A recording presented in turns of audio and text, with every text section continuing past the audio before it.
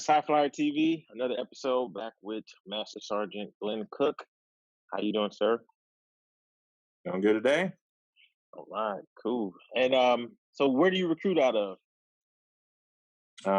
Well, it's kind of a tricky question, but originally Kokomo, Indiana, but I'm also covering down the Avon office in the Indianapolis All right. And Sergeant Cook's also the recruiter that did my shadow training, so it's kind of a full circle. So you're here to tell us about the Softbook program and the benefits of it, because we know about it, but you kind of enlightened me that it's some great benefits to it, and folks should be doing it more than what they're doing. So I'll let you too. take the floor and enlighten us. Yeah, cool.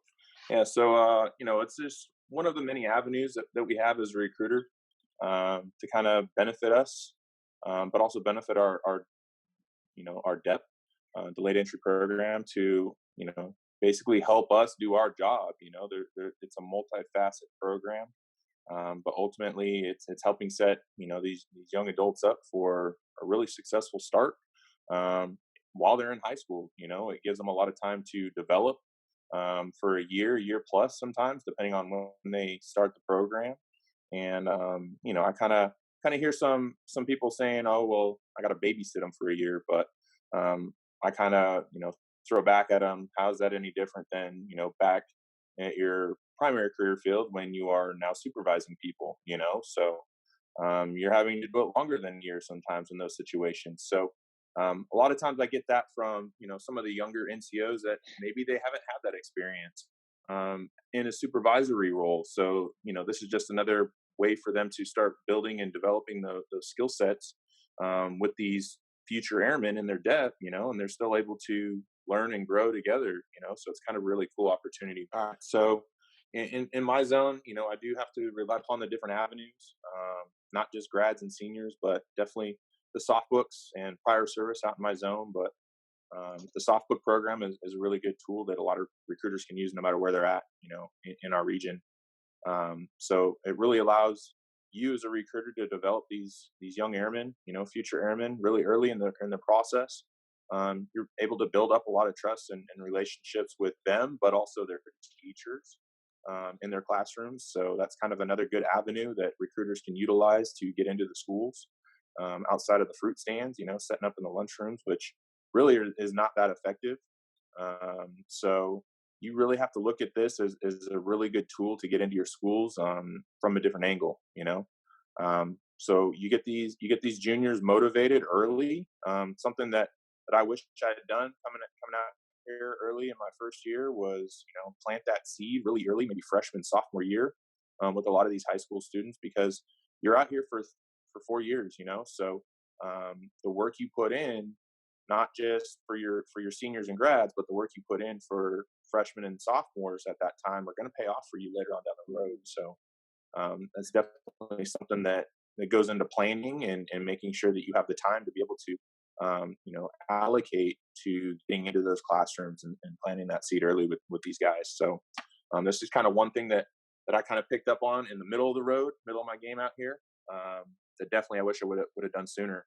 But if you're able to plant that seed, get them, entertained to, all the great benefits the Air Force has, and push that, we are a college, kind of something that I set up with a lot of my applicants, parents and teachers, is like, hey, what's the first thing you think of when I say the Air Force, and the first thing that comes to mind for a lot of them are jets and planes and all this other stuff. And then I kind of drop it like, did you know we're a college? We're actually an accredited college, or Air University, and all those programs, that we're telling people about. So I use that as a really good tool to kind of lay out the framework of, you're not just joining the Air Force, for a career, but you're also joining to knock out your college right out of high school. So these kids are smart. They do their research usually before they come talk to us and learn all the processes as best they think they know it. And then they come talk to us typically, in the classroom settings, or teachers put us in contact with them. But it really allows them to start the process April 1st, their junior year, and as long as they're 17 years old, with parental consent, both mom and dad, have to sign off on the 1966 to allow them to start the process. Another thing that I wish I would have learned to kind of plant that seed early with these kids too is emphasize the importance of studying for the ASVAB if they do think military career or just having a good understanding of what career fields are out there. Definitely study for the ASVAB, and I give out some ASVAB resource tools and online free tests and stuff like that they can utilize to prep for that test, because most of the time these high schools are just throwing these kids in a room and saying, "Hey, pass this test for state standards and graduation standards," and they've never taken a test like this before. So some do well. Majority of them they don't. They don't take it serious. So if you're able to plant that seed early and make them understand the importance of what the test is and how it can benefit them, in the long run. If they do well on it, that's just one less task that you have to do as a recruiter and getting them set up to take that ASVAB test before they process as well. So there's a lot to it, but once they get fully qualified, program starts April 1st. They're fully qualified on the qualified and waiting list. They wait to be matched to a job July, August, and September. So the accessions plan already has these jobs set out a year in advance for these juniors, the Softbook program to utilize. And it's kind of a tool that I use to explain the benefits of getting started early. You get a separate list of jobs that you're not competing with your senior classmates with later on down the road if you do decide to join, later in your senior year. So we get a very, very well-rounded list as recruiters since I've been out here, and you're able to find the value of getting them motivated and showing them, hey, you're going to be set up for after high school, and then it's on them basically to graduate and get their diploma their senior year. So my first year out here, I was kind of learning the program. I had my first year, 3 Softbooks, and I utilized them heavily in my debt program. Made one of them my debt commander, my right-hand man at the time, helping me out with Monday check-ins and weight checks and keeping everybody motivated. And I mean, we set up community service projects in my town, and I kind of put it on them to help me find these projects and organizations to have us come out and facilitate, and show our Air Force core values, basically. So we did Habitat for Humanity, road cleanups. We did landscaping projects for the city. So we're out there wearing our depth shirts, and I let the airmen, the future airmen, kind of lead these projects. So it helps you build these community relations too by getting involved and getting them ready for what's to come down the road.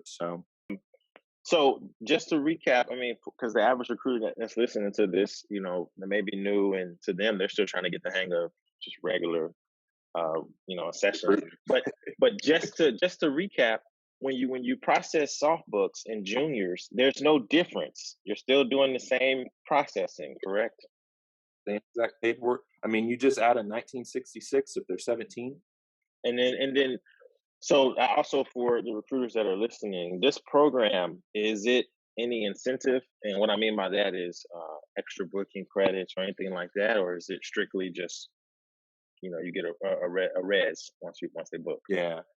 So once they're qualified, they're on your qualified and waiting list, waiting to be matched to a job. And then once they're matched to a job, July, August, and September, you get the reservation credit that fiscal year. So they have that set up before the October 1st. So that actually plays into your fiscal year numbers at the end of the year, fourth quarter. So that's a really good quarter for a lot of recruiters, because not only are they reserving your typical senior and junior job or senior and grad jobs, those junior jobs are like icing on the cake. So I know the pro suit, kind of incentivizes it and tells us, hey, that's just extra bookings, and don't rely upon those for those months. And as long as you that way, I mean, you should be able to come out on top. At least hit 100, ATB for the year. If not, kind of help you maybe boost your numbers towards a silver badge, that we've had in the past.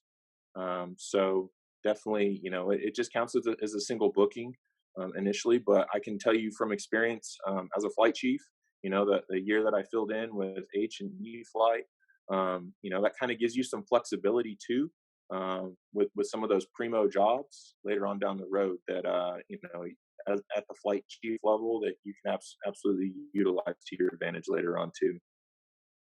And do you notice a trend in juniors or soft books scoring higher in the ASVAB, or do you usually see them score Absolutely. lower? No, I see the juniors killing it compared to the seniors that take it. So I can tell you, at least from my experience out here in Indiana, the senior list, the ASVAB list that I get from my schools, it's typically the kids that couldn't pass the ISEP. That's a requirement for them to graduate out here, or was. That's going away, and now the ASVAB is the new requirement.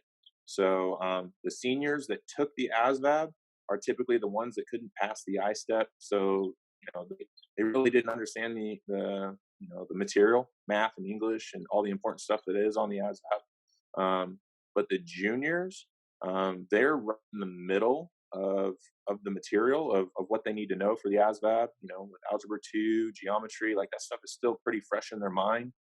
Or some of them are taking AP courses, so taking the ASVAB test to them really isn't that hard.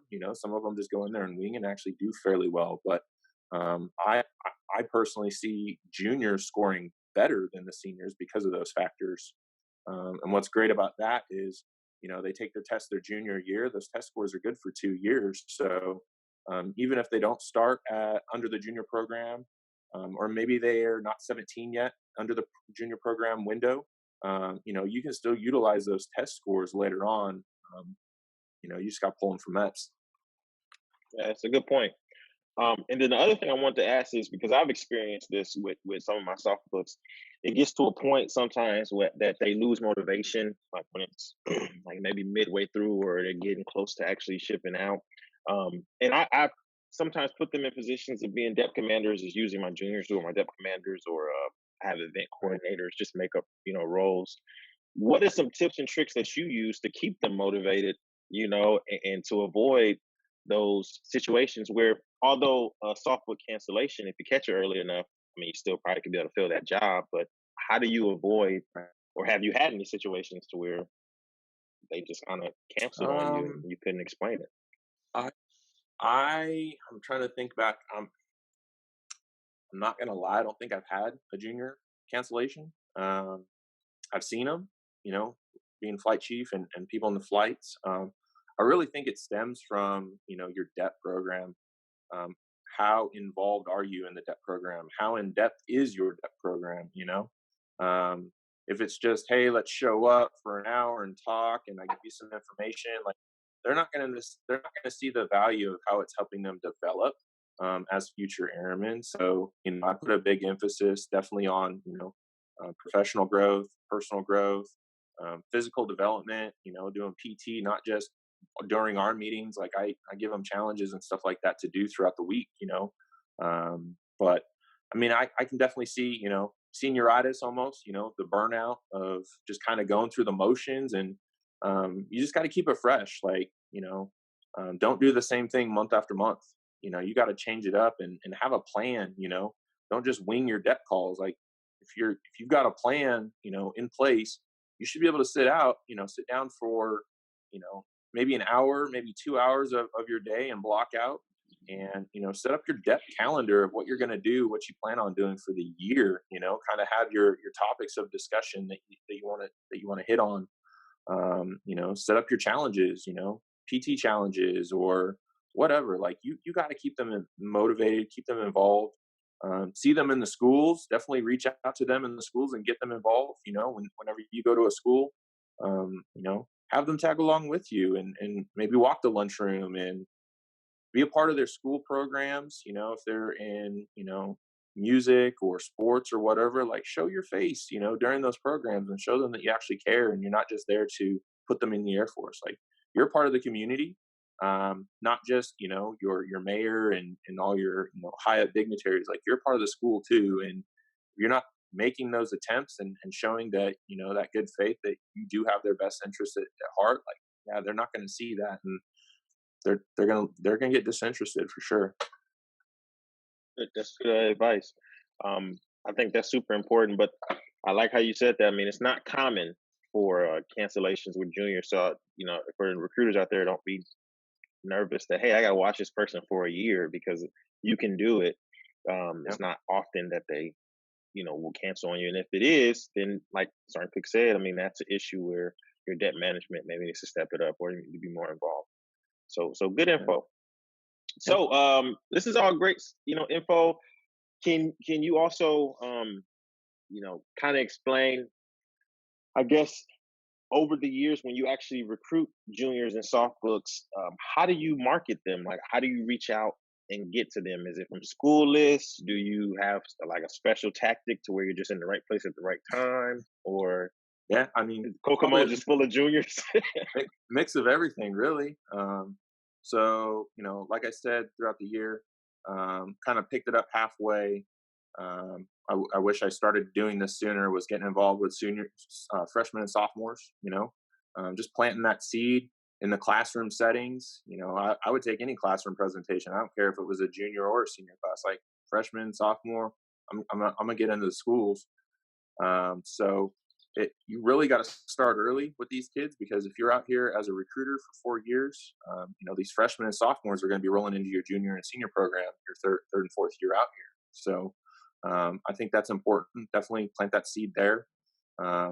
Explain to the faculty as well, doing the COIs, and explaining to them the college benefits of joining the Air Force and how it will benefit their students, because a lot of times these kids are, I wouldn't say brainwashed, but they're head over heels of, I'm going to go to college because that's what my school was telling me and what my teachers are telling me.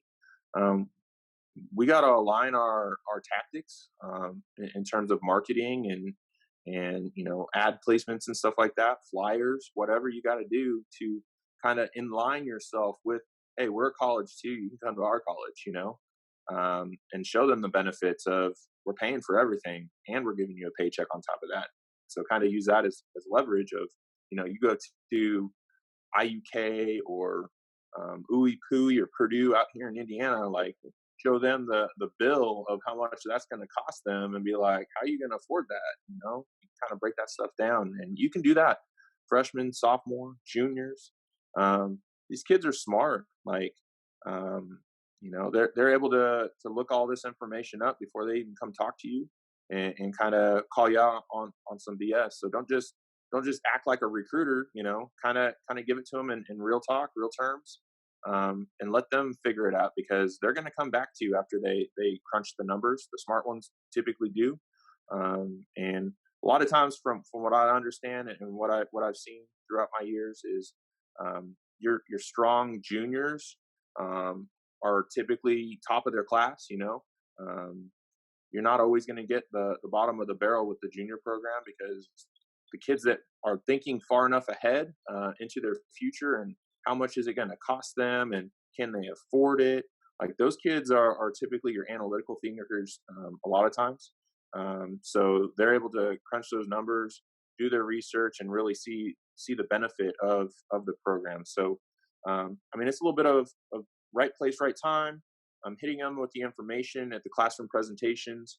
I mean, really just showing them how it's going to help them develop, be a better person. Not just joining a military branch, show them how it's really going to be impactful to their lives, and what that might mean to, maybe their families looking up to them, serving their country and stuff like that. So that's really kind of what I've used. But I would say it's a good mix of everything: right place, right time. Give them the information. Um, sometimes it comes from influencers in the schools, guidance counselors, teachers, could be grandparents. Hey, my son or daughter is a junior right now, and they're thinking about the Air Force. Great. Let me get their information. Let me just give them the information, talk to them, and let them make the decision for themselves. And then you get the families involved for sure. Good info. Hey, you sound very passionate about this and good at it. Hey, I know you say you're returning back to your career field, but any chance on staying? I mean, it seems like you could do this a couple of more years, Yeah. man. I'm, I'm, I'm passionate about everything and anything that I do. That's definitely something that I've picked up along the way. In the Air Force, definitely some good skill sets, and that was one of the main reasons why I wanted to become a recruiter. When I got DSD vectored out here, um, almost 4 years ago now. So, we're truly changing lives. At the front line here, and numbers aside, and awards and all that good stuff that the recruiters are tracking down and trying to hit in their EPRs. Like, we're changing lives. Like, that's huge. Um, like, I can't wait to, the last day I step out of my office, just take a picture of my wall of all my deppers that I've put in, and 100 plus, 200, three. I mean, there's a huge wall of names and photos that I'm gonna have, and get the capture of how many lives that I've changed just in this tiny little zone. Let alone what our squadron has done, in Indiana, Ohio, and Kentucky, and where everybody else is coming from. So, um, yeah, you got to have that passion of understanding how it changes those people's lives, for the better, and you're setting them up on a very successful path that you've probably walked, and showing them, and getting their families involved too. I mean, you're just adding to the Air Force family, and you're putting the right people in the right positions for the right reasons. Like, that's huge. Absolutely. Definitely, man. That's good stuff. So, the information you gave was great today. I do have one more question for you. Yeah. Okay, so this question may throw you off, it may not. But what are you Nah. doing right now to develop yourself during quarantine season, Quarantine. professionally, personally, Yeah. anything? So, I mean, physical fitness definitely is huge. Staying on top of that stuff. So, I mean, I'm part of the 328 challenge. I don't always hit it every day. I mean, I'm doing stuff. It's just, do I log it? Our flight has our own, like, running stuff, that we're doing. That we challenge each other, and keep each other motivated. Um, I finished up college course, back in February, March timeframe, right when this stuff was kicking off, and um, kind of prepping myself for going back to my career field, and doing some of the cyber stuff, and get my brain wrapped around some of the regulations that have changed and things like that, just to prepare for that next step of my process. But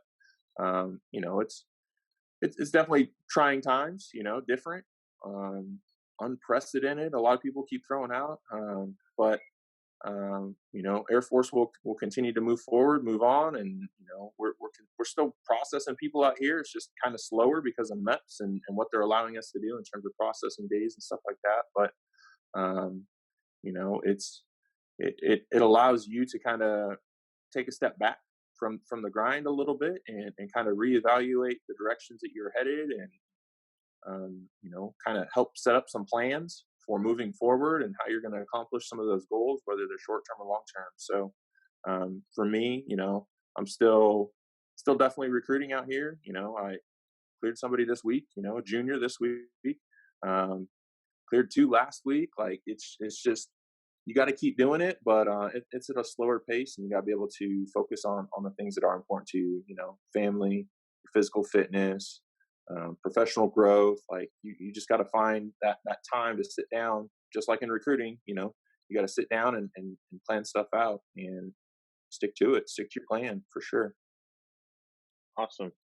Well, that's all I have for you, man. So, any last comments? Set yourself up for success out there for sure. This is just one of many avenues that you should be utilizing in your tool bag for sure. The Softbook program, um, and it could really, help you out fourth quarter, of pulling across the line, and/or hitting those numbers you need to hit that silver badge, or be one of the top recruiters in the squadron. So, um, you know, areas that aren't inner city type and stuff like that. Like, why wouldn't you take advantage of this program, and utilize it? I mean, even if it's only two or three extra people you're adding to your qualified and waiting list or depth, once they get matched to that job, why wouldn't you utilize it? Like, it just makes sense. All right. Well, thank you. Anybody that has questions about Softbook program, I mean, obviously you can ask your flight chief as well, but Sergeant Cooks, Yeah. very helpful. I mean, I still ask some things, not every day because not a rookie anymore, but I still have some things if I need help or advice. So this has been High Flyer TV, where we report the real on recruiting.